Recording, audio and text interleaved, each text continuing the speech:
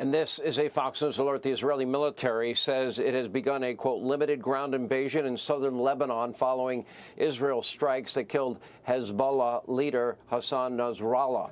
Now, also tonight, Reuters is reporting that Iran's supreme leader, the Ayatollah Khamenei, is now hiding in a secure location deep underground, obviously fearful of heading to hell where he belongs. And meanwhile, you got the New York Times, the AP under fire, rightly so, for praising the Hezbollah leader after his death. New York Times publishing this tribute to the terrorist leader, writing that he wanted equality for all religions and was beloved by many. No, he was dedicating to wiping Israel off the map for those dumbasses at the New York Times. And in an updated headline, the AP referred to Nasrallah as, quote, charismatic and shrewd. This is how repulsive and corrupt the media is in this country. Here with reaction, Israeli Special Ops veteran Aaron Cohen is with us. You know, after Iran fired directly on Israel, I was really impressed how deep into Iranian territory Israel was able to penetrate. Then we had the number 5, 4, 3, 2, and then the number 1 leader of Hamas, all taken out by Israel. Huge military successes, each one in and on their own merit. And then we have Nasrallah here, 32-year leader of Hezbollah. We had the pager incident, the walkie-talkie incident, and Bibi says regime change for Iran might come a lot sooner than people think. I would say Israel is probably the mightiest military and smartest military force on the face of this earth. And I say that sadly because I want America to be that, and I feel our military has been weakened under Harris and Biden. Sean, I agree with you 100%. I think that America definitely needs to step up how they view the global war on terror.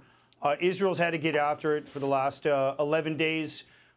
We've been systematically taking out terrorists left and right, starting with the pager operation. Sean, that's a 5-year operation right there just to establish and target those resources, flip and get them working for us. But here's where I'm at with this, Sean. Israel doesn't have a choice. Israel's got to be good right now. And the reason why Israel's got to move quick, I believe that all of that psychological warfare that's being funded by Qatar and by Iran, with all those bots that are being engined and fired up, which is taking over the brains of the 14 to 24-year-olds and radicalize the entire internet through TikTok, that psychological pressure, Sean, I believe, made its way into the White House, forcing the handcuffs on Israel at Rafah, which I believe we would have been able to save Hirsch and those 5 additional hostages, just like we did, Sean, with Noah Argami. Our hostage rescue teams are the finest in the world.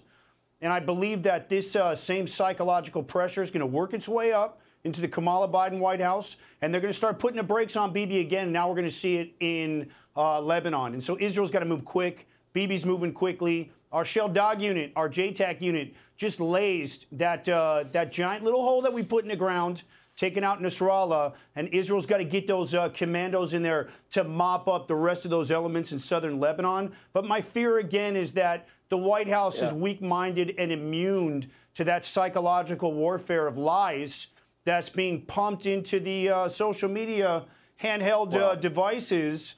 And there's nothing we can do about that but work quickly, Sean. And we have a presidential candidate that wants every American to be courageous and never say radical Islamic terrorism. No, you got to defeat the terrorism, win the war. Right. Israel is doing their job. These people are dedicated to destroying the state of Israel. Aaron, our prayers are with you. Thank you. Hey, Sean Hannity here. Hey, click here to subscribe to Fox News YouTube page and catch our hottest interviews and most compelling analysis. You will not get it anywhere else.